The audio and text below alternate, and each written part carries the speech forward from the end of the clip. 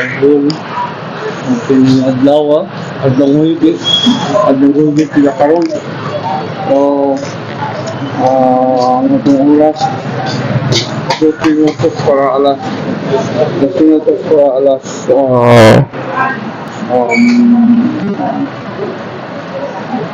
alas 10. 10 minutos niya, kita natin din sa itong video karon mo gamay lang ang espasyo. So, doon ay may abot na moto pakot o para internet siya na appliances. So, kung sila na umaklayan, may karoon sa mga state, lipat. Ayan, kasi ano naman si Tagalog na focus na sila at may maingay mga alakad. Yun lang.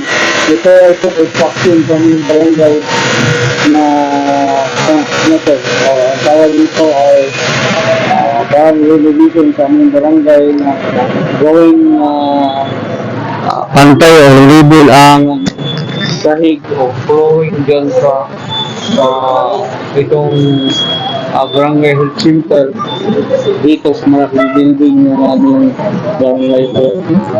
So, isa lang itong gamitin na parang yan na nga, isa na lang ang label ng kanyang sahig o flooring.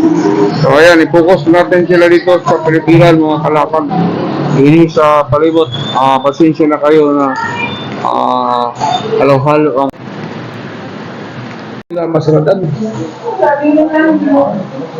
At least na dili mahuman ang dalan na tikas. Mga ganit, nag-iwan ako. Tara, may mga nilito ka. Doon sila. Yung mga PCC wala ako.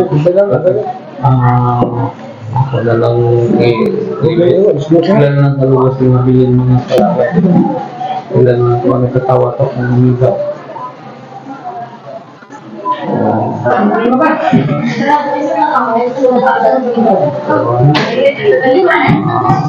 Ito sunod mga kalakad.